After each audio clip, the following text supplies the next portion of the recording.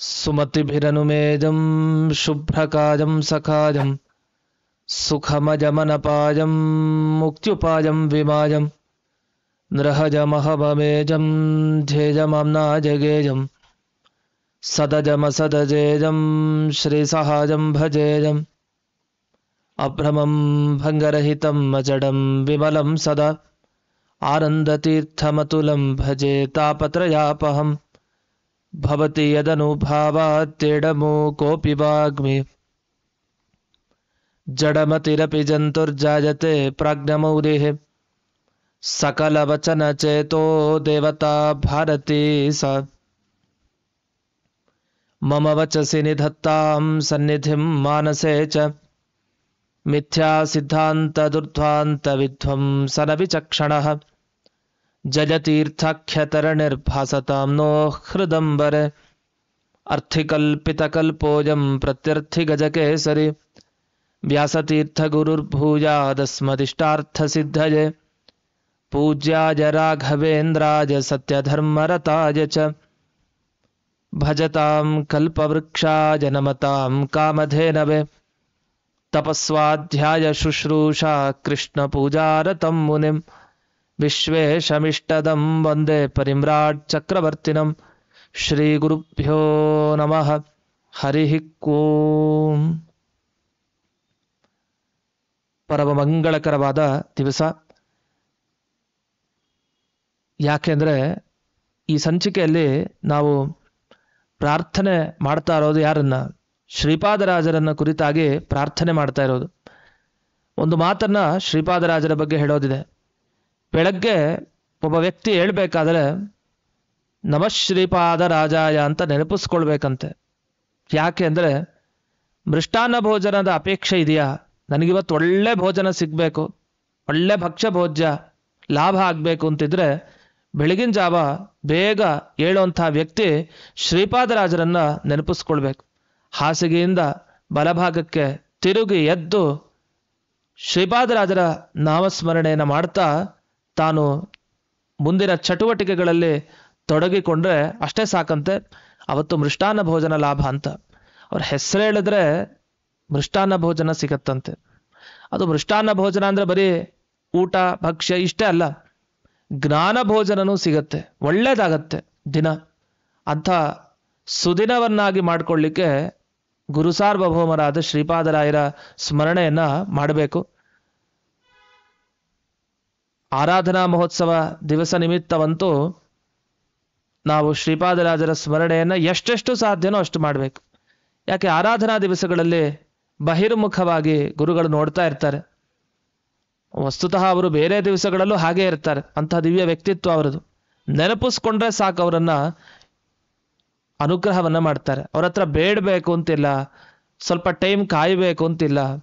ಮನಸ್ಸಿನಲ್ಲಿ ಏನಿದೆಯೋ ಅದನ್ನು ಅವರೇ ತಿಳ್ಕೊಂಡು ಅವ್ರ ಮುಂದೆ ನಿಂತ್ರೆ ಸಾಕು, ಅವ್ರ ಅನುಗ್ರಹ ಮಾಡ್ತಾರೆ. ಅವರನ್ನ ನೆನಪಿಸ್ಕೊಂಡ್ರೆ ಸಾಕು, ಅನುಗ್ರಹವನ್ನ ಮಾಡ್ತಾರೆ. ಅಂಥ ಶ್ರೀಪಾದರಾಜರ ಕುರಿತಾಗಿ ಈ ಗಾಯನ ಹಾಗೂ ವ್ಯಾಖ್ಯಾನ ಕಾರ್ಯಕ್ರಮ ಈಗ ನಡೀಲಿಕ್ಕಿದೆ. ಶ್ರೀಪಾದರಾಜರ ಮೇಲೆ ರಚನೆಯಾದ ಒಂದು ಅದ್ಭುತವಾದ ಕೃತಿ. ಅದನ್ನ ಅವರ ಶಿಷ್ಯರೇ ತುಂಬ ಪ್ರೀತಿಪಾತ್ರರಾದವರು ರಚನೆ ಮಾಡಿದ್ದು. ನಮಗೆ ಶ್ರೀಪಾದರಾಜರ ಶಿಷ್ಯರು ಅಂದ ಕೂಡಲೇ ಮೊದಲಿಗೆ ನೆನಪಾಗುವಂಥವರು ಶ್ರೀ ವ್ಯಾಸತೀರ್ಥರು, ಅಂದರೆ ಶ್ರೀ ವ್ಯಾಸರಾಜರು. ವ್ಯಾಸರಾಜರು ತಾವು ತಮ್ಮ ಗುರುಗಳ ಮೇಲೆ ಪ್ರೀತಿಯಿಂದ ಮಾಡಿದ ಅದ್ಭುತವಾದ ದೇವರ ನಾಮವನ್ನು ಈಗ ಆಲಿಸೋಣ. ಜೊತೆಗೆ ಆ ದೇವರ ನಾಮವನ್ನು ಪೂರ್ತಿ ಕೇಳಿದ ಮೇಲೆ ಅದರ ಒಂದೊಂದು ಸ್ವಾರಸ್ಯಗಳನ್ನು ತಿಳಿಯೋಣ ಅಂತ ನಿವೇದನೆಯನ್ನು ಮಾಡ್ತಾ ಈಗ ಗಾಯನವನ್ನು ನಾವು ಕೇಳೋಣ. तं वन्दे नरसिंहतीर्थनिलयम् श्रीव्यासराट् पूजितम् ध्यायन्तं मनसा नृसिंहचरणम् श्रीपादराजं गुरुम् श्रीपादराजं गुरुम् श्रीपादराजं गुरुम् ಶ್ರೀಪಾದರಾಜಂ ಗುರುಂ ನೆನೆದು ಬದುಕಿರೋ ಸತತ ನೆನೆದು ಬದುಕಿರೋ ನೆನೆದು ಬದುಕಿರೋ ಸತತ ನೆನೆದು ಬದುಕಿರೋ ನೆನೆದು ಬದುಕಿ ಸುಜನರೆಲ್ಲ ಘನಗುಣಂಬುದಿ ಶ್ರೀಪಾದರಾಯರ ನೆನೆದು ಬದುಕಿರೋ ಸತತ ನೆನೆದು ಬದುಕಿರೋ ನೆನೆದು ಬದುಕಿರೋ ಸತತ ನೆನೆದು ಬದುಕಿರೋ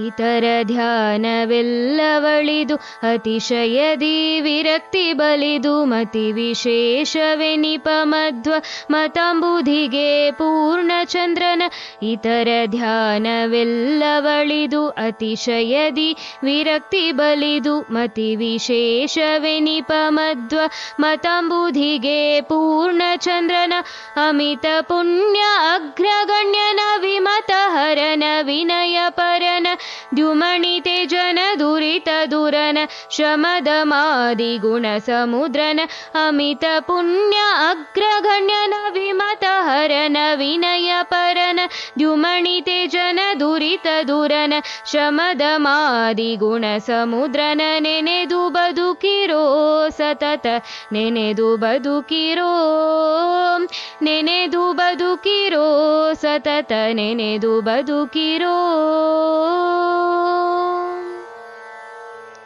ಹೀನ ಕುಮತ ಮಾನ ಭಂಗನ ಸೂನ ಶರಣ ಗೆಲಿದ ಘಣನ ದಾನ ಕರ್ಣನ ದಯಾರ್ಣವನ ಜ್ಞಾನ ಪುರಿತ ಶುಭ ಚರಿತನ ಹೀನ ಕುಮತ ಮಾನ ಭಂಗನ ಸೂನ ಶರಣ ಗೆಲಿದ ಘಣನ ದಾನ ಕರ್ಣನ ದಯಾರ್ಣವನ ಜ್ಞಾನ ಪುರಿತ ಶುಭ ಚರಿತನ ವಾದಿ ಕುಂಜರ ಪಂಚಮುಖನ ಸಾಧು ಸಜ್ಜನ ಕಲ್ಪ ವೃಕ್ಷನ ವೇದಶಾಸ್ತ್ರ ಪುರಾಣದಲ್ಲಿ ಆದಿಶೇಷನ ಪೋಳ್ವ ಮುನಿಯ ವಾದಿ ಕುಂಜರ ಪಂಚಮುಖನ ಸಾಧು ಸಜ್ಜನ ಕಲ್ಪ ವೃಕ್ಷನ ವೇದಶಾಸ್ತ್ರ ಪುರಾಣದಲ್ಲಿ ಆದಿಶೇಷನ ಪೋಳ್ವ ಮುನಿಯ ನೆನೆದು ಬದುಕಿರೋ ಸತತ ನೆನೆದು ಬದುಕಿರೋ ನೆನೆದು ಬದುಕಿರೋ ಸತತ ನೆನೆದು ಬದುಕಿರೋ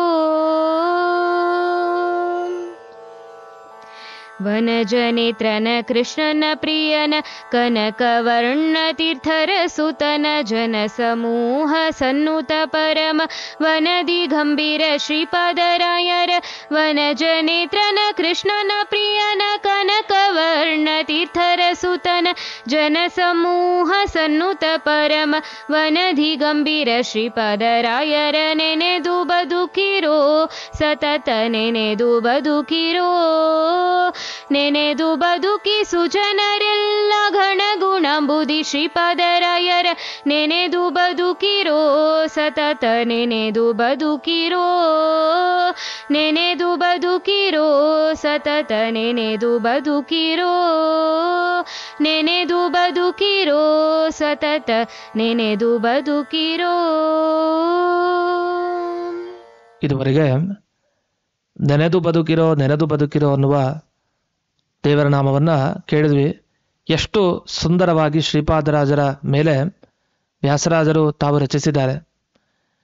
ಜೀವನದಲ್ಲಿ ನಾವು ಧನ್ಯರಾಗಬೇಕು, ನಮ್ಮ ದಿನ ಸುದಿನ ಆಗಬೇಕು ಅಂದರೆ ಗುರುಗಳನ್ನು ನೆನಿತಾ ಇರಬೇಕು, ದೇವರನ್ನ ನೆನಿತಾನೇ ಇರಬೇಕು. ಅದು ಇವತ್ತು ಒಂದು ದಿವಸ ನೆನೆದು, ಆರಾಧನಾ ಮಹೋತ್ಸವ ಸಂದರ್ಭ ಬಂದಾಗ ನೆನೆದು, ಮಿಕ್ಕಿದ ದಿವಸದಲ್ಲಿ ಮರೆತು ಬಿಡೋದಲ್ಲ. ನೆನೆದು ಬದುಕಿರೋ, ಗುರುಗಳನ್ನು ನೆನಪಿಸ್ಕೊಂಡು ಬದುಕ್ತಾ ಇರಿ ಅಂತ ವ್ಯಾಸರಾಜರು ಪುನಃ ಈ ಮಾತುಗಳನ್ನ ಮತ್ತೆ ಮತ್ತೆ ಆಡಿದ್ದಾರೆ. ನೆನೆದು ಬದುಕಿರೋ, ಯಾಕೆ ಗುರುಗಳನ್ನ ಎಷ್ಟು ನೆನಿತೀರೋ ಅಷ್ಟು ಜೀವನ ಚೆನ್ನಾಗಾಗುತ್ತೆ. ಗುರುಗಳ ಚರಿತ್ರೆ ನೆನಪಿಸ್ಕೊಳ್ಳಿ, ಆ ಗುರುಗಳ ಚರಿತ್ರೆಯನ್ನ ನೆನಪಿಸ್ಕೊಂಡಷ್ಟು ಜೀವನ ಸುಗಮವಾಗುತ್ತೆ. ಆದ್ರಿಂದ ನಿರಂತರವಾಗಿ ಆ ಗುರುಗಳ ಚರಿತ್ರೆ ನೆನಪಿಸ್ಕೊಳ್ತಾ ಜೀವನವನ್ನ ಸಾಗಿಸಿ ನೆನೆದು ಬದುಕಿರೋ ಸತತ ಅಂತ ಹೇಳ್ತಾರೆ. ಅದು ಒಂದೊಂದು ಬಾರಿ ಅಷ್ಟೇ ಅಲ್ಲ, ಯಾವಾಗಲೂ ನೆನಪಾದಾಗಲೆಲ್ಲ ಶ್ರೀಪಾದರಾಜ ಅಂತ ಸತತವಾಗಿ ನೆನಪಿಸ್ಕೊಳ್ತಾ ಇರಿ. ಯಾರು ನೆನಪಿಸ್ಕೊಳ್ಬೇಕು? ಸುಜನರೆಲ್ಲರೂ, ಸಜ್ಜನರು ಯಾರ್ಯಾರಿದ್ದಾರೆ ಅವರೆಲ್ಲ ಗುರುಗಳ ನಾಮಸ್ಮರಣೆಯನ್ನ ಹೀಗೆ ಮಾಡಿ ಕೀರ್ತನೆಯನ್ನ ಮಾಡಿ. ಯಾಕೆ ಅಂದ್ರೆ ಶ್ರೀಪಾದರಾಜರು ಸಾಮಾನ್ಯರಲ್ಲ. ಘನ ಗುಣ ಅಂಬುಧಿ ಶ್ರೀಪಾದರಾಯರ. ಅವರಲ್ಲಿರೋ ಗುಣ ಸಾಗರ ಇದೆಯಲ್ಲ, ಅದು ಗಟ್ಟಿ ಗುಣಗಳಂತೆ. ಗುಣ ಸಮುದ್ರ. ಅದು ಒಂದು ಗುಣ ಎರಡು ಗುಣ ಅಂತಿಲ್ಲ. ಸಮುದ್ರ ಎಷ್ಟು ವಿಶಾಲವಾಗಿದೆ ಅಷ್ಟು ವಿಶಾಲವಾಗಿ ಶ್ರೀಪಾದರಾಜರ ಗುಣಗಳಿದೆ. ಆ ಗುಣಗಳು ಒಂದೊಂದು ಕೂಡ ಬಂದು ಹೋಗುವಂಥ ಗುಣ ಅಲ್ಲ, ಘನ ಗಟ್ಟಿಯಾದ ಗುಣ. ಜ್ಞಾನ ಇತ್ತ ಶಾಶ್ವತವಾಗಿರುತ್ತೆ. ಒಬ್ಬರ ಮೇಲೆ ಪ್ರೀತಿ ಇತ್ತ ಹಾಗೆ ಶಾಶ್ವತವಾಗಿ ಪ್ರೀತಿಯನ್ನ ಇಡ್ತಾರೆ. ಘನವಾಗಿರುವಂತಹ ಗುಣಗಳ ಸಮುದ್ರ ಅದು ನಮ್ಮ ಶ್ರೀಪಾದರಾಜರು.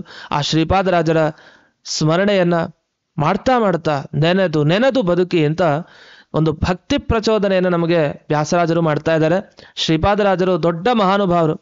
ವಸ್ತುತಃ ವ್ಯಾಸರಾಜರು ತಾವು ಮೊದಲು ಅಧ್ಯಯನ ಮಾಡಿ ವಿಶೇಷ ಅಧ್ಯಯನಕ್ಕೆ ಅಂತ ಶ್ರೀಪಾದರಾಜರ ಬಳಿ ಮುಳುಬಾಗಿಲು ಕ್ಷೇತ್ರಕ್ಕೆ ಬರ್ತಾರೆ.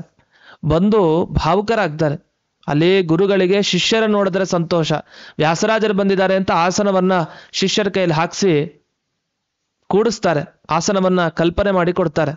ಆಗ ಶ್ರೀಪಾದರಾಜರು ವ್ಯಾಸತೀರ್ಥರನ್ನು ನೋಡಿದಾಗ ಅವರ ಗಾಂಭೀರ್ಯವನ್ನು ಒಂದು ಕ್ಷಣ ಮರೆತರಂತೆ. ಯಾಕೆಂದ್ರೆ ನನ್ನ ಶಿಷ್ಯ ಬಂದಿದ್ದಾನೆ ಅಂಥೇಳಿ ತುಂಬಾ ಪ್ರೀತಿ. ವಸ್ತುತಃ ಪೂರ್ಣ ಪಾಠವನ್ನ ಏನೇನು ಕೇಳಿಲ್ಲ, ಈಗ ಇನ್ನೂ ಅಧ್ಯಯನ ಶುರು ಮಾಡಬೇಕು. ಆದರೆ ಮೊದಲೇ ಅವ್ರಿಗೆ ಗೊತ್ತು ವ್ಯಾಸತೀರ್ಥರು ನನ್ನ ಬಳಿ ಬಂದಿದ್ದ ಅಧ್ಯಯನಕ್ಕೆ. ಮೊದಲೇ ಅವರ ತೇಜಸ್ಸನ್ನು ನೋಡಿ ದಿವ್ಯ ಬಾಲಕ ಇವರು ಅಂತ ಬಹಳ ಸಂತೋಷಪಟ್ಟು ಶ್ರೀಪಾದರಾಜರು ತಾವು ರೋಮಾಂಚನಗೊಂಡಿದ್ದಾರಂತೆ. ಯಾರು ನಮ್ಗೆ ತುಂಬಾ ಇಷ್ಟ ಆದವ್ರು ನಮ್ಮ ಹತ್ರಕ್ಕೆ ಬಂದ್ರೆ ಸುಮಾರು ದಿವಸ ಆದ್ಮೇಲೆ ಅವ್ರ ಬಗ್ಗೆ ಕೇಳ್ತಾ ಇರ್ತೀವಿ ಅಷ್ಟೇ, ನಮ್ಮ ಹತ್ರ ಬಂದಿರೋಲ್ಲ. ಯಾವಾಗ ಬರ್ತಾರೆ ಮೈಯೆಲ್ಲ ಏನೋ ಒಂಥರ ಸಂತೋಷ, ಮನಸ್ಸಿನಲ್ಲಿ ಸಂತೋಷ, ರೋಮಾಂಚನ ಆಗ್ತಾ ಇರುತ್ತೆ. ಹಾಗೆ ಶ್ರೀಪಾದರಾಜರಿಗೆ ವ್ಯಾಸರಾಜರು ತಾವು ಮುಳುಬಾಗಿಲು ಕ್ಷೇತ್ರಕ್ಕೆ ಮುಂದೆ ಬಂದಾಗ ಶಿಷ್ಯರ ಜೊತೆ ಇರ್ತಾರಾಗ ಶ್ರೀಪಾದರಾಜರು ನೋಡ್ತಾರೆ. ವ್ಯಾಸತೀರ್ಥರ ದರ್ಶನ ಆಯಿತು, ಶಿಷ್ಯನ ದರ್ಶನ ಆಯಿತು. ಬಹಳ ಸಂತೋಷ ಆಗಿ ರೋಮಾಂಚನ ಆಗಿರೋ ಸಂದರ್ಭ. ಆಮೇಲೆಲ್ಲ ಮಾತುಕತೆ ನಡೀತು. ವ್ಯಾಸರಾಜರಿಗೂ ಅಷ್ಟೇ ಶ್ರೀಪಾದರಾಜರು ನೋಡ್ತಾರೆ. ಸಕಲ ಮಧ್ವಮತದ ರಹಸ್ಯ ಒಂದು ಕಡೆ ಒಂದು ನಿಧಿಯಾಗಿ ಇರೋದು ಅಂತಾದ್ರೆ ಅದು ಶ್ರೀಪಾದರಾಜರಲ್ಲಿ. ಒಂದು ನಿಧಿಯಲ್ಲಿ ದುಡ್ಡನ್ನು ಬಚ್ಚಿಡ್ತೀವಿ, ಅದನ್ನೆಲ್ಲ ಭೂಗತ ಮಾಡ್ತೀವಿ, ಭೂಮಿ ಒಳಗಡೆ ಆಗದು, ಅಲ್ಲಿ ಹೋಗಿ ರಕ್ಷಣೆಯನ್ನ ಮಾಡ್ತೀವಿ, ಯಾರಿಗೂ ಕೂಡ ಅದು ಕಾಣಬಾರ್ದು ಅಂತ. ಹಾಗೆ ದೇವರು ಯೋಚಿಸಿದಂತೆ ಮಧ್ವಮತದ ರಹಸ್ಯ ವಿಷಯಗಳನ್ನ ಒಂದು ಕಡೆ ಚೆನ್ನಾಗಿ ಗೋಪ್ಯವಾಗಿ ರಕ್ಷಣೆ ಮಾಡಬೇಕು. ಅದು ಎಲ್ಲಿ ಅಂದ್ರೆ ಅದು ಶ್ರೀಪಾದರಾಜರಲ್ಲಿ ಅಂತ. ಅಂದ್ರೆ ಶ್ರೀಪಾದರಾಜರ ವಿದ್ಯಾ ವೈಭವ ಎಷ್ಟು ದೊಡ್ಡದು ಅಂದ್ರೆ ಸಮಗ್ರ ಆಚಾರ್ಯರ ಗ್ರಂಥಗಳ ರಹಸ್ಯ ತತ್ವಗಳು ಒಂದೇ ಬುದ್ಧಿಯಲ್ಲಿ ಅಂದಿನ ಕಾಲದಲ್ಲಿ ಸೇರ್ಕೊಂಡಿತ್ತಂತೆ. ಆದ್ರಿಂದಲೇ ಶ್ರೀಪಾದರಾಜರ ಬಳಿ ವ್ಯಾಸತೀರ್ಥರು ತಾವು ಓದ್ಲಿಕ್ಕೆ ಅಂತ ಬರ್ತಾರೆ. ಅಂಥ ಗುರು ಶಿಷ್ಯ ಭಾವ ಎಂಥ ಅದ್ಭುತ. ಓದ್ಮೇಲೆ ತಕ್ಷಣ ಹೊರಡ್ಲಿಲ್ಲ ವ್ಯಾಸರಾಜರು. ಅನೇಕ ವರ್ಷಗಳ ಕಾಲ ಅಲ್ಲೇ ಮುಳುಬಾಗಿಲು ಕ್ಷೇತ್ರದಲ್ಲಿ ನರಸಿಂಹರ ಧ್ಯಾನವನ್ನ ಮಾಡ್ತಾ ಗುರುಗಳ ಸೇವೆಯನ್ನ ಮಾಡ್ತಾ ಅಲ್ಲೇ ನೆಲೆಸ್ತಾರೆ. ಆಮೇಲೆ ಶ್ರೀಪಾದರಾಜರ ಆಜ್ಞೆಯ ಪ್ರಕಾರ ಮುಂದೆ ವ್ಯಾಸರಾಜರು ತಾವು ದಿಗ್ವಿಜಯಕ್ಕೆ ಹೊರಡುತ್ತಾರೆ. ಅಂಥ ಗುರು ಶಿಷ್ಯ ಭಾವ ಅದು ಶ್ರೀಪಾದರಾಜರಲ್ಲಿ ವ್ಯಾಸತೀರ್ಥರಲ್ಲಿ. ಅಂಥ ಶಿಷ್ಯರು ವ್ಯಾಸತೀರ್ಥರು ಶ್ರೀಪಾದರಾಜರನ್ನ ನೆನೆದು ನೆನೆದು ಬದುಕಿರೋರು. ಹಾಗಾಗಿ ಶಿಷ್ಯರಿಗೆಲ್ಲ ಹೇಳ್ತಾರೆ, ನೀವು ನೆನೆದು ನೆನೆದು ಬದುಕಿರಿ, ದೊಡ್ಡ ಅನುಗ್ರಹವನ್ನು ಶ್ರೀಪಾದರಾಜರು ಮಾಡ್ತಾರೆ. ನೀವು ಶ್ರೀಪಾದರಾಜ ಮಠಕ್ಕೆ ಹೋದಾಗ ಮುಳುಬಾಗಿಲು ಕ್ಷೇತ್ರದಲ್ಲಿ ಅಲ್ಲೊಂದು ಶ್ಲೋಕವನ್ನ ಹಾಕಿರ್ತಾರೆ. ನಾವು ಯಾಕೆ ನೆನಿಬೇಕು ಅನ್ಲಿಕ್ಕೆ ಆ ಶ್ಲೋಕ ಪ್ರಮಾಣ. ಈಗ ನೀವು ಅದೆಲ್ಲಿ ನೋಡ್ಬೋದು ಅಂದ್ರೆ ವಿಜ್ಞಾನನಿಧಿ ತೀರ್ಥರ ವೃಂದಾವನ ಏನಿದೆ ಅದರ ಪಕ್ಕದಲ್ಲಿ ಆ ಫಲಕವನ್ನ ಹಾಕಿದ್ದಾರೆ. ಅಲ್ಲಿ ಶ್ಲೋಕ ಇದೆ, ಏನಂತ? ಕಾಲೇ ಫಲತಿ ಸುರದ್ರುಹು ಚಿಂತಾಮಣಿರಪಿ ಯಾಚನೆ ದಾತ ವರ್ಷತಿ ಸಕಲಮಭೀಷ್ಟಂ ದರ್ಶನ ಮಾತ್ರಾತ್ ಶ್ರೀಪಾದರಾಣ್ಮುನಿ ಅಂತ. ಕಲ್ಪವೃಕ್ಷ ತಗೊಳ್ಳಿ, ಸುರದ್ರು ಅಂತ ಕರೀತಾರೆ. ಕಲ್ಪವೃಕ್ಷ ಬೇಡದ ಕೂಡಲೇ ಕೊಡಲ್ಲ, ಅದಕ್ಕೊಂದು ಟೈಮ್ ಬೇಕು. ಇಂಥ ಸಮಯದಲ್ಲಿ ಅವನಿಗೆ ಫಲ ಸಿಗಲಿ ಅಂತ ಯಾರು ಕಲ್ಪವೃಕ್ಷದ ಬಳಿ ಬಂದು ಬೇಡ್ತಾನೋ ಅಂಥವನಿಗೆ ಯಾವುದೋ ಒಂದು ಕಾಲಕ್ಕೆ ಅದು ಫಲ ಕೊಡುತ್ತೆ. ನಮಗೆ ಕೆಲವು ದೇವರು ಕೆಲವು ಗುರುಗಳು ಹೇಗೆ ಅಂದ್ರೆ ಬೇಡದ ಕೂಡಲೇ ಫಲ ಕೊಡೋರು. ಈ ಟೈಮ್ನಲ್ಲೇ ಬೇಡದ ಕೂಡಲೇ ಮರುಕ್ಷಣ ಮನೆಗೆ ಹೋಗೋಷ್ಟರಲ್ಲಿ ಫಲ ಸಿಕ್ಕಿರತ್ತೆ. ಹಾಗೆ ಕಲ್ಪವೃಕ್ಷ ಅಲ್ಲ. ಕಲ್ಪವೃಕ್ಷ ಸ್ವಲ್ಪ ಟೈಮನ್ನ ಕೊಡತ್ತಂತೆ, ಬೇಗ ಕೊಡಲ್ಲ, ಸ್ವಲ್ಪ ಸಮಯ ಆಗ್ಬೇಕು. ಇದು ಚಿಂತಾಮಣಿ ಸಿಗತ್ತೆ, ಚಿಂತಾಮಣಿ ಹತ್ರ ಹೋಗಿ ಬೇಡಬೇಕಂತೆ, ನನಗೆ ಕೊಡು ಕೊಡು ಅಂತ. ಬೇಡಿದ್ರೆ ಕೊಡೋದು. ಕೆಲವರೆಲ್ಲ ಇರ್ತಾರೆ, ಬಹಳ ಸಂಪತ್ತಿರುತ್ತೆ, ದುಡ್ಡಿರುತ್ತೆ, ಅವ್ರಿಗೆ ಗೊತ್ತಿರತ್ತೆ ಜನರಿಗೆ ಕಷ್ಟ ಇದೆ ಅಂತ, ತಾವಾಗಿ ಸಹಾಯ ಮಾಡ್ಲಿಕ್ಕೆ ಬರಲ್ಲ. ಅವ್ರ ಹತ್ರ ಹೋಗಿ ಬೇಡಬೇಕು, ಕೊಡಿ ಸ್ವಲ್ಪ ನಮಗೆ ಕಷ್ಟ ಆಗಿದೆ ಅಂತ. ಬೇಡಿದಾಗ ಕೆಲವ್ರು ಕೊಡೋರು. ಹೀಗೆ ಚಿಂತಾಮಣಿ, ಕಲ್ಪವೃಕ್ಷ ಒಂದು ಬೇರೆ ಟೈಮ್ನಲ್ಲಿ ಕೊಡೋದು, ಇನ್ನೊಂದು ಬೇರೆ ಟೈಮ್ನಲ್ಲ, ಸದ್ಯ ಕೊಟ್ಟರು ಕೂಡ ಬೇಡಬೇಕಲ್ಲ, ಇಷ್ಟಿದೆ. ಆದರೆ ಶ್ರೀಪಾದರಾಜರು ಹೇಗೆ ವರ್ಷತಿ ಸಕಲಮಭೀಷ್ಟಂ, ನೀವು ಬೇಡದ್ದನ್ನು ಮಾತ್ರ ಕೊಡುತ್ತೆ ಚಿಂತಾಮಣಿ. ಕಲ್ಪವೃಕ್ಷನೂ ಕೂಡ ಅಷ್ಟೇ. ಆದರೆ ನಮ್ಮ ಶ್ರೀಪಾದರಾಜರ ಹಾಗಲ್ಲ, ವರ್ಷತಿ ಸಕಲಮಭೀಷ್ಟಂ, ಏನೇನು ಅಭೀಷ್ಟಗಳು ಬೇಕೋ ಅದೆಲ್ಲವನ್ನು ಮಳೆಗರಿತಾರೆ ಶ್ರೀಪಾದರಾಜರು. ಯಾವಾಗ? ಕಾಲಕ್ಕಲ್ಲ, ಅಥವಾ ಬೇಡದಾಗಲ್ಲ. ನೀವು ಶ್ರೀಪಾದರಾಜರ ವೃಂದಾವನದ ಮುಂದೆ ನಿಂತು ಅವರ ದರ್ಶನ ಮಾಡಿ ಸಾಕು. ದರ್ಶನ ಮಾಡಿದ ಕೂಡಲೇ ಸಾಕು, ನಿಮಗೆಲ್ಲ ಅಭೀಷ್ಟ ಪೂರ್ಣ ಆಗುತ್ತೆ. ನಿಮ್ಮ ಮನಸ್ಸಿನಲ್ಲಿ ಏನಿದೆ ಅದು ಶ್ರೀಪಾದರಾಯರಿಗೆ ಗೊತ್ತಿರುತ್ತೆ, ಅವರು ದೊರಕಿಸಿಕೊಡ್ತಾರೆ ಅಂತ. ಇಂಥ ಮಹಾನುಭಾವರು ಶ್ರೀಪಾದರಾಯರು. ಅಂಥವರ ದಿವ್ಯ ಸ್ಮರಣೆಯನ್ನು ವ್ಯಾಸತೀರ್ಥರು ಶಿಷ್ಯರಾಗಿ ಮಾಡ್ತಾ, ಇತರ ಧ್ಯಾನ ಅವರಿಗಿಲ್ಲ, ಬೇರೆದರ ಬಗ್ಗೆ ಅವರಿಗೆ ವಿಶೇಷವಾದ ಅಪೇಕ್ಷೆ ಇಲ್ಲ, ಅದನ್ನೆಲ್ಲ ತೊರೆದು ಬಿಟ್ಟಿದ್ದಾರೆ. ಅವ್ರಿಗೆ ಎಲ್ಲೇ ಅಪೇಕ್ಷೆ? ಭಕ್ತರ ಮೇಲೆ ಅಪೇಕ್ಷೆ. ದೇವರ ಧ್ಯಾನ ಬಿಟ್ಟರೆ ಭಕ್ತರ ಧ್ಯಾನ ಮಾಡ್ತಾ ಕೂತಿರ್ತಾರೆ. ಯಾವ ಭಕ್ತನಿಗೆ ಏನು ಕಷ್ಟ, ಆ ಭಕ್ತನ ನಾನು ಉದ್ಧಾರ ಮಾಡಬೇಕು ಅಂತ ಆ ಭಕ್ತರ ಧ್ಯಾನವನ್ನ ಮಾಡ್ತಾ ಇರ್ತಾರೆ. ಅತಿಶಯದಿ ವಿರಕ್ತಿ, ಅತಿಶಯವಾದಂತಹ ವಿರಕ್ತಿ ಅವರಿಗೆ ಇದೆ. ಅಲ್ಲಿ ಅತಿಶಯದ ವಿರಕ್ತಿ, ಅತಿಶಯದ ವಿರಕ್ತಿ ಅಂತ, ಅತಿಶಯದಿ ಅಂತಲೂ ಮಾಡ್ಕೊಳ್ಬಹುದು. ಅಲ್ಲಿ ಪದಗಳಲ್ಲಿ ಅಲ್ಲಲ್ಲೇ ನಮಗೆ ದೇವರ ನಾಮಗಳಲ್ಲಿ ವ್ಯತ್ಯಾಸ ಸಹಜವಾಗಿ ಸಿಗತ್ತೆ. ಅಂತೂ ವೈರಾಗ್ಯ ಏನಿದೆ, ಆ ವೈರಾಗ್ಯ ಹೇಗೆ ಒಲೆದಿತ್ತು ಅಥವಾ ಬೆಳೆದಿತ್ತು, ಬಲಿದಿತ್ತು, ಹೇಗೆ ಅಂದ್ರೆ ಶ್ರೀಪಾದರಾಯರಿಗೆ ಅತಿಶಯ. ಅದನ್ನು ವರ್ಣನೆ ಮಾಡ್ಲಿಕ್ಕೆ ಸಾಧ್ಯ ಆಗ್ತಾ ಇಲ್ಲ. ವ್ಯಾಸತೀರ್ಥರು ನೋಡ್ತಾ ಇದ್ದಾರೆ ಶ್ರೀಪಾದರಾಜರನ್ನ, ಸ್ವತಃ ಅವರ ಬಳಿ ಅಧ್ಯಯನ ಮಾಡಿದವರು, ಆದರೆ ಅದನ್ನು ವರ್ಣಿಸಲಿಕ್ಕೆ ಆಗ್ತಾ ಇಲ್ಲ ವ್ಯಾಸತೀರ್ಥರಿಗೆ. ಮತಿ ವಿಶೇಷ ವೆನಿಪ ಮಧ್ವ ಮತ ಅಂಬು ನಿಧಿಗೆ ಪೂರ್ಣ ಚಂದ್ರನ. ವ್ಯಾಸತೀರ್ಥರು ತಾವು ಶ್ರೀಪಾದರಾಜರನ್ನು ನೋಡ್ತಾ ಇದ್ರೆ ಪೂರ್ಣ ಚಂದ್ರ ಅಂತೆ. ಚಂದ್ರನಲ್ಲಿ ಪೂರ್ಣ ಕಲೆಗಳು ಸೇರಿದಾಗ ಎಷ್ಟು ಚೆನ್ನಾಗಿ ಕಾಣ್ತಾರೆ, ಹುಣ್ಣಿಮೆ ಚಂದ್ರ. ಹಾಗೆ ಶ್ರೀಪಾದರಾಜರು ಚಂದ್ರನ ತರ ಪೂರ್ಣ ಕಾಣ್ತಾ ಇದ್ದಾರೆ. ಅಂದ್ರೆ ಪೂರ್ಣ ವಿದ್ಯೆಗಳು ಅಲ್ಲಿ ಹೋಗಿ ಸೇರ್ಕೊಂಡಿದೆ. ಆ ಪೂರ್ಣ ಚಂದ್ರ ಆಕಾಶದಲ್ಲಿ ಕಂಡ ನನಗೆ ನನ್ನ ಮುಂದೆ ಗುರುಗಳ ರೂಪದಲ್ಲಿ ಆ ಚಂದ್ರ ಕಾಣ್ತಾ ಇದ್ದಾನೆ ಅಂತ ವ್ಯಾಸರಾಜರು ವರ್ಣಿಸ್ತಾ, ಮತಿ ವಿಶೇಷವೆನಿಪ ಮಧ್ವ ದಶಪ್ರಮತಿ ಅಂತ ಮಧ್ವಾಚಾರ್ಯರಿಗೆ ಹೆಸರು. ಪೂರ್ಣ ಪ್ರಮತಿ ಅಂತ ಅದನ್ನ ಮತಿ ವಿಶೇಷ ಅಂತ ಕರೀತಾರೆ. ಮಧ್ವಾಚಾರ್ಯರ ಜ್ಞಾನ ಇದೆಯಲ್ಲ, ಅದು ದೊಡ್ಡ ಭಾಂಡಾರ, ಅದಕ್ಕೆ ಹೋಲಿಸ್ಲಿಕ್ಕೆ ಆಗಲ್ಲ. ಸರ್ವಜ್ಞರಾಯರವರು, ಆ ಸರ್ವಜ್ಞರಾಯರಾದ ಮಧ್ವಾಚಾರ್ಯರ ಮತನೇ ದೊಡ್ಡ ಸಮುದ್ರ. ಆ ಸಮುದ್ರದಲ್ಲಿ ಉದಯಿಸಿದ ಪೂರ್ಣ ಚಂದ್ರ ಅದು ನಮ್ಮ ಗುರುಗಳು ಅಂತ ವ್ಯಾಸರಾಜರು ತಮ್ಮ ಗುರುಗಳಾದ ಶ್ರೀಪಾದರಾಯರ ಬಗ್ಗೆ ಹೇಳ್ತಾ ಎರಡನೇ ಸಾಲಿಗೆ ಬರ್ತಾರೆ. ಎಷ್ಟು ಚೆನ್ನಾಗಿದೆ ಎರಡನೆಯ ಆ ಪದ್ಯ. ಅಮಿತ ಪುಣ್ಯ ಅಗ್ರಗಣ್ಯನ, ಎಂಥ ಪುಣ್ಯ ಮಾಡಿದ್ದಾರೆ, ಮಿತಿನೇ ಇಲ್ಲ ಆ ಪುಣ್ಯಕ್ಕೆ. ಎಂಥ ರಾಜ ವೈಭವ ಅವರಿಗೆ. ಪ್ರತಿ ದಿವಸ ಭುಂಜಾನಂ ಷಷ್ಟಿ ಶಾಕಂ ಹಯಗಜ ಶಿಬಿಕಾ ನರ್ಘ್ಯಶಯ್ಯ ರಥಾಢ್ಯಂ ತಂ ವಂದೇ ಅಂತ ಶ್ರೀಪಾದರಾಜರನ್ನ ಸ್ತೋತ್ರ ಮಾಡ್ತಾ, ಭುಂಜಾನಂ ಷಷ್ಟಿ ಶಾಕಂ 60 ಬಗೆಯ ಭಕ್ಷ್ಯ ಭೋಜ್ಯಗಳಂತೆ ಶ್ರೀಪಾದರಾಜರು ಸೇವೆ ಮಾಡ್ತಾ ಇದ್ದದ್ದು.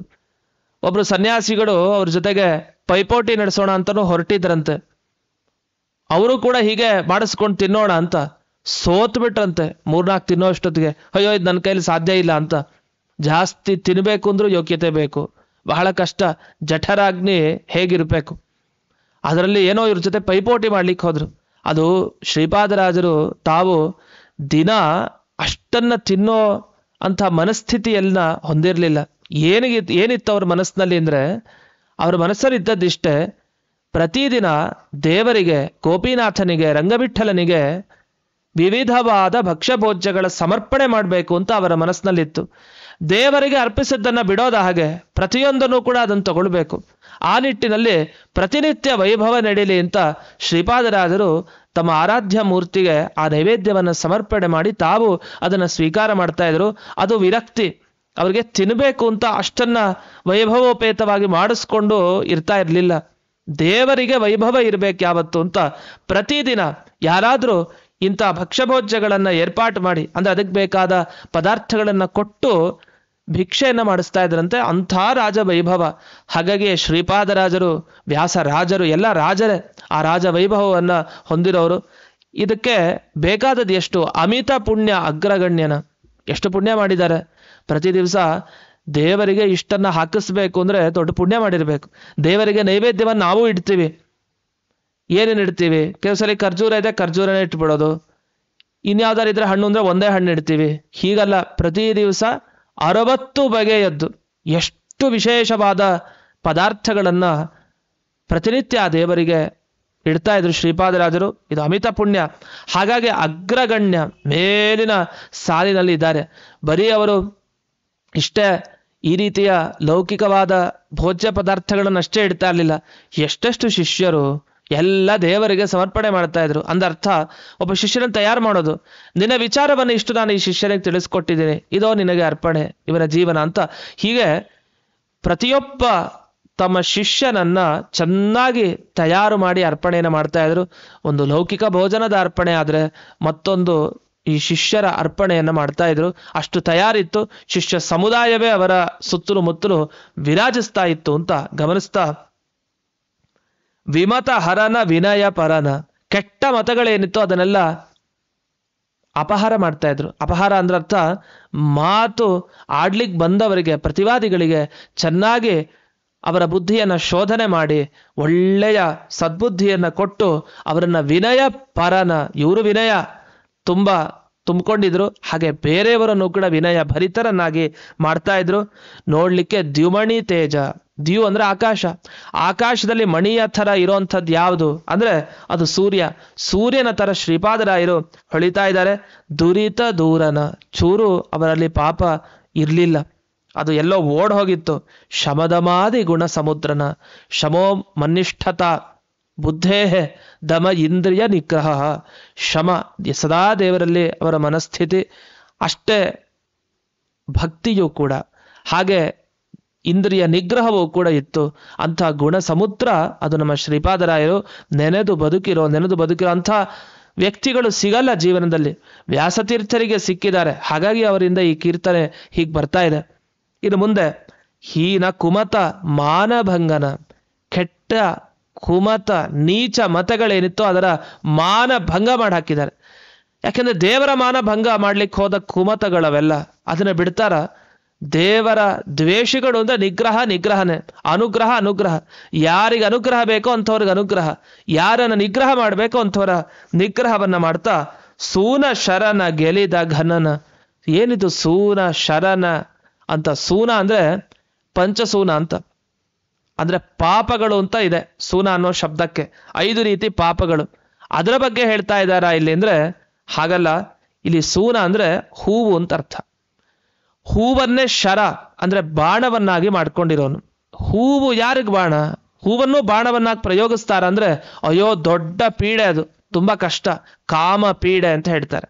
ಈ ಮನ್ಮಥ ಇದಾನಲ್ಲ ಬಹಳ ಕಷ್ಟ ಅವನು. ಯಾಕೆಂದ್ರೆ ರುದ್ರದೇವರನ್ನೂ ಬಿಡ್ಲಿಕ್ಕೆ ಅವನು ಮನಸ್ಸಿಲ್ಲ. ಅಲ್ಲೂ ಹಾಗೇನೋ ತೊಂದರೆ ಮಾಡ್ಬೇಕು ಅಂತ ಹೊರಟ. ಕೊನೆಗೆ ರುದ್ರದೇವರು ಸುಟ್ಟಾಕಿದ್ರು ಅವನನ್ನ. ಅಂಥ ಮನ್ಮಥನ ಬಾಣ ಯಾವುದು? ಆ ಮನ್ಮಥನ ಬಾಣ ಅದು ಹೂವು. ಹಾಗಾಗಿ ಹೂವನ್ನ ತಗೊಂಡು ಬಂದು ಬಾಣ ರೀತಿಯಲ್ಲಿ ಪ್ರಯೋಗ ಮಾಡಿ ಎಲ್ಲರನ್ನು ವಶೀಕಾರ ಮಾಡ್ಕೊಳ್ತಾ ಇದ್ದ. ಅಂಥ ಮನ್ಮಥನ ಸ್ವರೂಪ ಯಾವ ಕಾಮ ಇದೆ, ಆ ಕಾಮವನ್ನ ಗೆದ್ದವರು ಇವರು ಅಂತ. ಅಂದ್ರೆ ಕಾಮ, ಕ್ರೋಧ, ಲೋಭ, ಮೋಹ, ಮದ, ಮಾತ್ಸರ್ಯ ಯಾವುದೂ ಇರಲಿಲ್ಲ. ಯಾಕೆಂದ್ರೆ ಮುಂದಿನದು ಇರಬಾರ್ದು ಅಂದ್ರೆ ಮೊದಲನೇದು ಇರಬಾರ್ದು. ಕಾಮ ಹೋಯ್ತಾ ಇನ್ನು ಮುಂದಿನ ಮೆಟ್ಲೆಲ್ಲ ಇಲ್ಲ ಅಂತಾನೆ ಅರ್ಥ. ಕಾಮ ಅದು ಮೂಲ ಮೆಟ್ಲು. ಕಾಮಯೇಷ ಕ್ರೋಧಯೇಷ ಅಂತ ಕೃಷ್ಣ ಮೊದಲು ಕಾಮವನ್ನೇ ಹೇಳ್ತಾನೆ. ಆ ದುಷ್ಟ ಕಾಮ ಹೋದಾಗ ಪ್ರತಿಯೊಂದು ಮುಂದಿನದೆಲ್ಲ ಹೋಗುತ್ತೆ. ಅಂಥ ಕಾಮವನ್ನ ಗೆದ್ದವರು. ದಾನ ಕರ್ಣನ, ಎಂಥ ದಾನಶೂರರು ಇವರು. ದಯಾರ್ಣವನ ಅಂದ್ರೆ ಕಾರುಣ್ಯ ಬೀರೋದಲ್ಲಿ ಸಮುದ್ರನೇ ಸರಿ. ಯಾರು ಬಂದ್ರು ಶ್ರೀಪಾದರಾಯರ ಅನುಗ್ರಹ ಅಷ್ಟಾಗ್ತಾ ಇತ್ತಂತೆ. ನಾವು ನೋಡ್ತಾ ಇರ್ತೀವಿ, ಮುಳುಬಾಗಿಲು ಕ್ಷೇತ್ರಕ್ಕೆ ಹೋಗ್ತಾರೆ ಶ್ರೀನಿವಾಸನ ದರ್ಶನಕ್ಕೆ ಅಂತ ಹೋದವರು. ಎಷ್ಟು ಕಾರುಣ್ಯ ಅಲ್ಲಿ ಮಧ್ಯದಲ್ಲಿ ಇದ್ದು ಪ್ರತಿಯೊಬ್ಬರಿಗೆ ಅನುಕೂಲವನ್ನ ಮಾಡಿಕೊಡ್ತಾ ಇದ್ದಾರೆ. ಶ್ರೀಪಾದರಾಯರು ಕೂಡ ಅಂದ್ರೆ ಆ ಶ್ರೀಪಾದರಾಜ ಮಠದಲ್ಲಿ ಬಂದ ಶ್ರೀಪಾದರು ಯಾರ್ಯಾರಿದ್ದಾರೆ ಅವರು ಕೂಡ ವಿಶೇಷವಾಗಿ ಮೃಷ್ಟಾನ್ನ ಭೋಜನವನ್ನ ಎಷ್ಟು ಜನರಿಗೆ 1 ವರ್ಷಗಳ ಕಾಲ ಸಮಗ್ರವಾಗಿ ಭೋಜನವನ್ನ ಬ್ರಾಹ್ಮಣರಿಗೆಲ್ಲ ಹಾಕ್ಸಿದ್ದಾರೆ. ಅದನ್ನೆಲ್ಲ ನಾವು ಶ್ರೀಪಾದರಾಜ ಮಠದ ಇತಿಹಾಸದಲ್ಲಿ ಕಾಣ್ಬೋದು. ಹಾಗೆ 1 ತಿಂಗಳ ಕಾರ್ಯಕ್ರಮ ವಿಶೇಷವಾಗಿ ಇಂದಿನ ಈಗಿನ ಪೀಠಾಧಿಪತಿಗಳು ತಾವು ಕೂಡ ಮಾಡ್ತಾ ಇರೋದನ್ನು ಗಮನಿಸ್ಬೋದು. ಎಂಥ ವೈಭವ, ಮೃಷ್ಟಾನ್ನ ಭೋಜನ, ಜ್ಞಾನ ಕಾರ್ಯ, ಹೀಗೆ ಅನೇಕ ಮಠದಲ್ಲಿ ಮೂಲ ಪುರುಷರು ಶ್ರೀಪಾದರಾಯರು ಏನಿದ್ದಾರೆ ಅವರ ದಿವ್ಯ ಅನುಗ್ರಹ ಎಷ್ಟು ಅಂದರೆ ಈಗಿನ ಕಾಲಕ್ಕೂ ಈಗೂ ಕೂಡ ನಾವು ಅದನ್ನೆಲ್ಲ ನೋಡ್ಬೋದು. ಅಂಥ ಶ್ರೀಪಾದರಾಜರ ವ್ಯಕ್ತಿತ್ವವನ್ನು ಆ ಮಠದ ಪರಂಪರೆಯಲ್ಲಿ ಬಂದವರಲ್ಲೆಲ್ಲ ನಾವು ಕಾಣಬಹುದು. ಇಂಥ ಶ್ರೀಪಾದರಾಜರು ಮುಂದೆ ಹೇಗಿದ್ದಾರೆ? ಸುಜ್ಞಾನ ಪೂರಿತ ಶುಭಚರಿತನ. ಎಂಥ ಜ್ಞಾನ! ಆಗಲೇ ತಿಳಿಸಿದಂತೆ ಮಧ್ವ ಮುನಿಗಳ ಮತದ ರಹಸ್ಯ ತುಂಬಿರೋ ನಿಧಿ ಅದು ಏಕೈಕ ಆ ಕಾಲದಲ್ಲಿ ಅದು ಶ್ರೀಪಾದರಾಜರು. ವಾಗ್ವಜ್ರ ಅನ್ನೋ ಗ್ರಂಥ ಬರೀತಾರೆ. ಎಂಥ ಸೊಗಸಾದ ಗ್ರಂಥ. ಸ್ವರ್ಣವರ್ಣ ತೀರ್ಥರು ಅವರ ಸಾಕ್ಷಾತ್ ಗುರುಗಳು. ಶ್ರೀರಂಗದಲ್ಲಿ ಅವರ ವೃಂದಾವನ ಇದೆ. ಸ್ವರ್ಣವರ್ಣ ತೀರ್ಥರು ಒಮ್ಮೆ ಶಿಷ್ಯರನ್ನ ಕರೀತಾರೆ. ಎಲ್ಲ ಶಿಷ್ಯರನ್ನ ಕರೆದು ವ್ಯಾಖ್ಯಾನ ಮಾಡಿ, ಇದನ್ನ ಒಂದು ವಿಷಯನ ಧೈರ್ಯ ಇದೆಯಾ, ಒಂದು ವಿಷಯ ಹೇಳಿ ಅಂತ ಕೇಳ್ತಾರೆ. ಯಾವ ಶಿಷ್ಯರು ಮುಂದೆ ಬರೋದಿಲ್ಲ. ಆಗ ಒಬ್ರು ಎದ್ದು ಬರ್ತಾರೆ, ಅದೇ ಶ್ರೀಪಾದರಾಜರು. ಎದ್ದು ಬಂದು ತಾವು ವ್ಯಾಖ್ಯಾನ ಮಾಡ್ತಾರೆ. ಸಮಗ್ರ ಸುಧಾ ಸಾರ, ಸಮಗ್ರ ಸುಧಾ ಗ್ರಂಥದ ಸಾರವನ್ನ ಅವರು ವರ್ಣನೆ ಮಾಡ್ತಾರೆ. ಸ್ವಲ್ಪ ಹೇಳಿ ಅಂತ ಕೇಳಿದ್ದು ಸ್ವರ್ಣವರ್ಣ ತೀರ್ಥರು. ಬಂದವರೇ ಶುರು ಮಾಡಿದ್ರು ಶ್ರೀಪಾದರಾಜರು.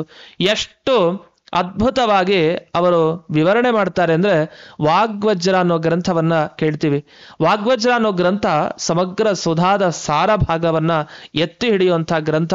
ಅಂಥ ವಾಗ್ವಜ್ರ ಗ್ರಂಥದ ಅಭಿಪ್ರಾಯ ಎಲ್ಲ ಅಲ್ಲಿ ಸ್ವರ್ಣವರ್ಣ ತೀರ್ಥರ ಬಳಿ ತಿಳಿಸ್ತಾರೆ ಅಂತ ಕೇಳ್ತೀವಿ.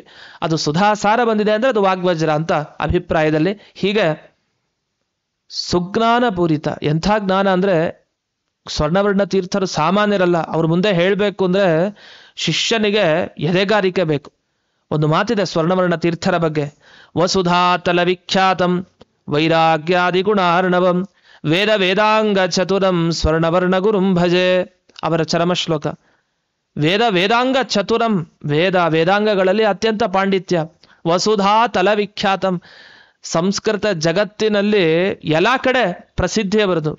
ವೈರಾಗ್ಯಾದಿ ಗುಣಾರ್ಣವಂ, ಹಾಗೆ ಗುಣಸಮುದ್ರರವರು ಕೂಡ ಅಂತ ಸ್ವರ್ಣವರ್ಣ ಗುರುಂಭಜೆ ಅಂತ. ಇಂಥ ಸ್ವರ್ಣವರ್ಣ ತೀರ್ಥರು ಕೇಳಿದಾಗ ಸಭೆಯಲ್ಲಿ ಎಲ್ಲ ಶಿಷ್ಯರು ಕೂಡ ಮೂಕರಾದ್ರು. ಒಮ್ಮೆ ಮೂಕರಾದ್ರು ಅಂದ್ರೆ ಮಾತಾಡ್ಲಿಕ್ಕಾಗ್ಲಿಲ್ಲ, ಕಷ್ಟ ಆಗೋಯ್ತು. ಆಗ ಎದ್ದು ಬಂದು ಶ್ರೀಪಾದರಾಜರು ತಾವು ಅನುವಾದ ಮಾಡಿದ್ದನ್ನು ನೆನಪಿಸ್ಕೊಂಡಾಗ ಅವರ ಸುಜ್ಞಾನ ಪೂರಿತ ಶುಭಚರಿತನ. ಎಂಥ ಸುಜ್ಞಾನ ಪೂರಿತರು, ಶುಭಚರಿತ, ಒಳ್ಳೆಯ ಸಾತ್ವಿಕತನ, ಭಕ್ತರಿಗೆ ಅನುಗ್ರಹ ಮಾಡ್ತಾ ಇರೋದನ್ನು ನೋಡಿದಾಗ ಇದೆಲ್ಲ ತಿಳಿಯತ್ತೆ. ಇನ್ನು ವಾದಿಕುಂಜರ ಪಂಚಮುಖನ. ವಾದಿಕುಂಜರ ಅಂದ್ರೆ ಪ್ರತಿವಾದಿಗಳೇ ಕುಂಜರ, ಆನೆಯ ಥರ. ಆ ಆನೆಗಳಿಗೆ ಸಿಂಹನೇ ಬೇಕು ಬಡಿಲಿಕ್ಕೆ. ಹಾಗೆ ಪಂಚಮುಖನ, ಪಂಚ ಅಂದ್ರೆ ವಿಸ್ತಾರವಾದ ಮುಖ ಇರುವಂಥದ್ದು ಸಿಂಹ. ಆ ಸಿಂಹದಂತೆ ಪ್ರತಿವಾದಿಗಳಿಗೆ ಇವರಿದ್ರು. ಹಾಗಾದ್ರೆ ಆನೆಗಳಿಗೆ ಸಿಂಹ ಹೇಗೋ ಹಾಗೆ ಪ್ರತಿವಾದಿಗಳೆಂಬ ಆನೆಗಳಿಗೆ ಸಿಂಹದಂತೆ ಶ್ರೀಪಾದರಾಯರು ಇದ್ರು. ಸಜ್ಜನ ಕಲ್ಪವೃಕ್ಷ. ಕಲ್ಪವೃಕ್ಷ ನಿಜ, ದುಷ್ಟರಿಗಲ್ಲ. ಚಂದ್ರನು ಬೆಳಕನ್ನು ನೀಡ್ತಾನೆ, ದುಷ್ಟರಿಗೂ ನೀಡ್ತಾನೆ, ಸಜ್ಜನರಿಗೂ ಕೊಡ್ತಾನೆ. ಹಾಗಲ್ಲ, ಯಾರಿಗೆ ಯೋಗ್ಯತೆ ಇದೆಯೋ ಅವರಿಗೆ ಮಾತ್ರ ಸೇರ್ಬೇಕು. ಅದನ್ನು ಶ್ರೀಪಾದರಾಯರು ಸಜ್ಜನರಿಗೆ ಕಲ್ಪವೃಕ್ಷದಂತೆ ಇದ್ದು ವೇದ ಶಾಸ್ತ್ರ ಪುರಾಣ ಇದನ್ನೆಲ್ಲ ಗಮನಿಸಿದಾಗ ಹೇಗಿದ್ರು ಇವರು ಶ್ರೀಪಾದರಾಯರು ಅಂದ್ರೆ ಇದನ್ನು ವ್ಯಾಸತೀರ್ಥರ ಮಾತಿನಲ್ಲೇ ಕೇಳ್ಬೇಕು ನಾವು. ಬೇರೆಯವರ ಮಾತಿನಲ್ಲಿ ಕೇಳಿದ್ರೆ ಅದಕ್ಕೆ ಅರ್ಥ ಇಲ್ಲ. ಯಾಕೆಂದ್ರೆ ಸಾಕ್ಷಾತ್ ಶಿಷ್ಯರು ವ್ಯಾಸರಾಜರು. ವ್ಯಾಸತ್ರಯ ಅಂತ ಪ್ರಸಿದ್ಧಿ. ಇವತ್ತು ಮಾಧ್ವ ಸಮಾಜದಲ್ಲಿ ವ್ಯಾಸತ್ರಯವನ್ನ ಓದದೇ ಇದ್ರೆ ಅವನೊಬ್ಬ ವಿದ್ವಾಂಸನೇ ಅಲ್ಲ, ಆ ಥರ ಆಗ್ಬಿಡಿದೆ. ಅಂಥ ವಿಶಿಷ್ಟವಾದ ವ್ಯಾಸತ್ರಯ ಗ್ರಂಥ. ಅದನ್ನ ಪ್ರತಿಯೊಬ್ಬ ಬೇರೆ ಮತದವರು ಕೂಡ ಅಧ್ಯಯನ ಮಾಡಲೇಬೇಕು. ಅಂಥ ಉತ್ತಮವಾದ ಗ್ರಂಥ ಅದು. ಓದ್ತಾರೆ ಕೂಡ.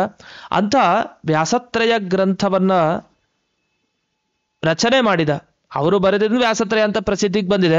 ಅಂತೂ ಆ ವ್ಯಾಸತ್ರಯ ಗ್ರಂಥ ಏನಿದೆ ಅದನ್ನು ರಚನೆ ಮಾಡಿದವರು ಅಂಥ ಮಹಾನುಭಾವರು ವ್ಯಾಸತೀರ್ಥರು. ಅವರು ಹೇಳೋ ಮಾತು ತಮ್ಮ ಗುರುಗಳ ಬಗ್ಗೆ, ಅದು ಶಿಷ್ಯ ಗುರುಗಳ ಬಗ್ಗೆ ಹೊಗಳಿದ ಮೇಲೆ ಗುರುಗಳಿಗೇನೋ ದೊಡ್ಡತನ ಬರುತ್ತೆ ಅಂತಲ್ಲ. ವಸ್ತುತಃ ಗುರುಗಳು ಹೊಗಳದಾಗ ಶಿಷ್ಯರಿಗೆ ಮಹತ್ವ ಬರುತ್ತೆ. ಇದನ್ನು ಲೋಕದಲ್ಲಿ ನಾವು ನೋಡಿದ್ದೀವಿ. ಆದರೆ ನಮಗೆ ವ್ಯಾಸತೀರ್ಥರ ಬಗ್ಗೆ ಗೌರವ ಆದರಗಳು ಏನಿದೆ ಅದರಿಂದ ನಾವು ಕೂಡ ಊಹಿಸ್ಕೊಳ್ಬೋದು. ಶಿಷ್ಯ ತಾನು ಮುಕ್ತ ಕಂಠದಿಂದ ತಮ್ಮ ಗುರುಗಳ ಬಗ್ಗೆ ಹೊಗಳ್ತಾ ಇದ್ದಾರೆ. ಆಗ ಗುರುಗಳ ಮಹತ್ವ ನಮಗೆ ಅರ್ಥ ಆಗತ್ತೆ ಇನ್ನೂ ಕೂಡ. ಅಂಥ ಶಿಷ್ಯರಾದ ವ್ಯಾಸತೀರ್ಥರು ತಾವು ಗುರುಗಳ ಬಗ್ಗೆ ಏನು ಹೇಳಿದ್ರು? ನಮ್ಮ ಗುರುಗಳು ಅಂದ್ರೆ ಶ್ರೀಪಾದರಾಜರು ವೇದ ಶಾಸ್ತ್ರ ಪುರಾಣ ಇದರಲ್ಲೆಲ್ಲ ಯಾರಿಗೆ ಸಮಾನ, ಯಾರಿಗೆ ಇವ್ರನ್ನ ಹೋಲಿಸ್ಬೋದು ಅಂದ್ರೆ ಆದಿಶೇಷ. ಶೇಷಾವತಾರ ಅಂದ್ರೆ ಶೇಷದೇವರ ಸನ್ನಿಧಾನ ಅಷ್ಟು ಶ್ರೀಪಾದರಾಜರಲ್ಲಿದೆ ಅಂತ. ಯಾಕೆ ವ್ಯಾಖ್ಯಾನೇ ಶೇಷ ಅಂತ ಪಾಠ ಪ್ರವಚನಗಳಲ್ಲಿ, ವಿದ್ಯೆಯ ಅರ್ಜನೆಯಲ್ಲಿ, ವಿದ್ಯೆಯನ್ನು ನೀಡೋದ್ರಲ್ಲಿ ಎತ್ತಿದ ಕೈ ಅಂದ್ರೆ ಅದು ಶೇಷದೇವರಂತೆ. ತುಂಬಾ ಜ್ಞಾನ ಅಂತೆ ಶೇಷದೇವರಿಗೆ. ಆ ಆದಿ ಶೇಷ ಏನಿದಾನೆ ಅಂತ ಶೇಷದೇವರಿಗೆ ಸಮಾನ ಶ್ರೀಪಾದರಾಜರು ಅಂತ. ಅಂದ್ರೆ ಅಭಿಪ್ರಾಯ ಶೇಷನೇ ಬಂದಿದ್ದಾನೆ ಅಂತ ಅರ್ಥ ಅಲ್ಲ, ಆದ್ರೆ ಆದಿಶೇಷ ಎದ್ದು ಕಾಣ್ತಾನೆ ಇವರಲ್ಲಿ ಅಂತ. ಅಂದ್ರೆ ಅಷ್ಟ ವ್ಯಾಖ್ಯಾನ ಕೌಶಲ, ಅಂಥ ಪಾಂಡಿತ್ಯ ಅದು ಶ್ರೀಪಾದರಾಜರಲ್ಲಿ ಕಾಣಬಹುದು. ಅದನ್ನ ಇಲ್ಲಿ ವ್ಯಾಸತೀರ್ಥರು ಸ್ಮರಣೆ ಮಾಡ್ಕೊಳ್ತಾರೆ. ಆದಿಶೇಷನ ಪೋಲ್ವ ಮುನಿಯ, ಅದರ ಹೋಲಿಕೆಯನ್ನ ಕಾಣುವಂಥ ಮುನಿಗಳು ಅಂದ್ರೆ ಅದು ನಮ್ಮ ಶ್ರೀಪಾದರಾಯರು ಅಂತ. ಇಷ್ಟು ಹೇಳಿ ವನಜನೇತ್ರ ಕೃಷ್ಣನ ಪ್ರಿಯನ. ವನಜನೇತ್ರ ಅಂದ್ರೆ ವನ ಅಂದ್ರೆ ನೀರು, ನೀರಿನಲ್ಲಿ ಹುಟ್ಟುವಂಥ ಕಮಲ, ಕಮಲವನ್ನ ವನಜ ಅಂತ ಕರೀತಾರೆ. ಆ ಕಮಲದಂತಹ ಕಣ್ಣಿರೋ ಕೃಷ್ಣನಿಗೆ ಪ್ರೀತಿ ಪಾತ್ರರು ಇವರು ಶ್ರೀಪಾದರಾಯರು. ಕೃಷ್ಣ ಒಲೆದು ಬಂದಿದ್ದಾನೆ, ಆ ಪೀಠದಲ್ಲಿ ಬಂದರು ಶ್ರೀಪಾದರಾಜರು. ಅಂಥ ಪೀಠದಲ್ಲಿ ಸ್ವರ್ಣವರ್ಣ ತೀರ್ಥ ಕರಕಮಲ ಸಂಜಾತರಾಗಿ ಬಂದರು. ಇಲ್ಲಿ ಪ್ರಿಯ ಕನಕ ವರ್ಣತೀರ್ಥರ, ಅಲ್ಲಿ ಪ್ರಿಯನ ಅಂತ ಶಬ್ದ ಇದೆ ಅಂದ್ರೆ ಕೃಷ್ಣನ ಪ್ರಿಯನ, ಕೃಷ್ಣನಿಗೆ ಅತಿ ಪ್ರೀತಿ ಪಾತ್ರರು. ಅಷ್ಟೇ ಅಲ್ಲ, ಕೃಷ್ಣನ ಪ್ರಿಯನ, ಯಾರು ಕೃಷ್ಣನಿಗೆ ಪ್ರಿಯರಾದವರು ಅಂದ್ರೆ ಸ್ವರ್ಣವರ್ಣ ತೀರ್ಥರ, ಸ್ವರ್ಣವರ್ಣ ತೀರ್ಥರು. ಅದನ್ನ ಇಲ್ಲಿ ಕನಕವರ್ಣ ತೀರ್ಥರು ಅಂತ ಕರೆಯೋದಿದೆ. ಸ್ವರ್ಣವರ್ಣ ತೀರ್ಥರು ಅಂತ ಕೆಲವು ಕಡೆ ಸಿಗ್ಬಹುದು, ಕೆಲವು ಕಡೆ ಕನಕವರ್ಣ ತೀರ್ಥ ಅಂತ. ಕನಕ ಅಂದ್ರೇನು ಬಂಗಾರ ಅಂತ ಅರ್ಥ. ಅವ್ರ ಮೈ ಬಂಗಾರದಂತೆ ಹೊಳಿತಾ ಇತ್ತಂತೆ, ಹಾಗಾಗಿ ಕನಕವರ್ಣ ತೀರ್ಥರು ಅಂತ ಅವರನ್ನ ಕರೀತಾರೆ. ಅಂದ್ರೆ ಸ್ವರ್ಣವರ್ಣ ತೀರ್ಥರು ಅಂತ. ಅಂಥ ಸುಲಕ್ಷಣವಾಗಿರುವಂತಹ ದೇಹವನ್ನ ಪಡೆದ ಆ ಸ್ವರ್ಣವರ್ಣ ತೀರ್ಥರ ಸುತ ಅಂದ್ರೆ ಅವರ ಕರಕಮಲ ಸಂಜಾತರು, ಅವರ ಸಾಕ್ಷಾತ್ ಶಿಷ್ಯರು ಇವರು. ಜನ ಸಮೂಹ ಸನ್ನುತ ಪರಮ ವನಧಿ ಗಂಭೀರ. ಎಲ್ಲಾ ಜನರು ಅವರಿಗೆ ನಮಸ್ಕಾರ ಮಾಡೋದೆ, ಎಲ್ಲರೂ ಶರಣಾಗತರಾಗ್ತಾ ಇದ್ರು ಅನುಗ್ರಹ ಮಂತ್ರಾಕ್ಷತೆಗೋಸ್ಕರ. ವನಧಿ ಗಂಭೀರ, ವನಧಿ ಅಂದ್ರೆ ಸಮುದ್ರ, ವನ ಅಂದ್ರೆ ನೀರು, ನೀರಿಗೆ ಆಶ್ರಯ ಸಮುದ್ರ. ಸಮುದ್ರದ ಗಾಂಭೀರ್ಯ, ಅದರ ಆಳ ವಿಸ್ತಾರ ಹೇಗೋ ಹಾಗೆ ಶ್ರೀಪಾದರಾಜರ ಗಾಂಭೀರ್ಯ ಅಂಥೇಳಿ ವ್ಯಾಸತೀರ್ಥರು ತಾವು ಇಲ್ಲಿಯವರೆಗೆ ಆ ಶ್ರೀಪಾದರಾಜರ ವ್ಯಕ್ತಿತ್ವವನ್ನ ನಮ್ಮ ಮುಂದೆ ದೇವರ ನಾಮದ ಮುಖಾಂತರ ಇಟ್ಟಿದ್ದಾರೆ. ಇಂಥ ಶ್ರೀಪಾದರಾಯರನ್ನ ನಾವೆಲ್ಲರೂ ಪ್ರತಿನಿತ್ಯ ನೆನೆದು ಬದುಕಿರೋ, ಸತತ ನೆನೆದು ಬದುಕಿರೋ. ಜೀವನ ಸಾರ್ಥಕ ಆಗಬೇಕು, ಜೀವನದಲ್ಲಿ ಎಲ್ಲ ಫಲಗಳನ್ನ ಉತ್ತಮವಾದದ್ದನ್ನು ಪಡೀಬೇಕು ಅಂತಾದ್ರೆ ಶ್ರೀಪಾದರಾಯರ ಸ್ಮರಣೆಯನ್ನ ಪ್ರತಿಯೊಬ್ಬರೂ ಮಾಡಬೇಕು. ಎಲ್ಲ ಸನ್ಯಾಸಿಗಳಿಗೂ ಒಂದೊಂದು ಹೆಸರು, ಆದರೆ ಶ್ರೀಪಾದರಾಜರು ಅಂತ ಇವರಿಗೆ ಗೌರವವಾಗಿ ಎಲ್ಲರೂ ಕೂಡ ಕರೆಯೋದಿದೆ.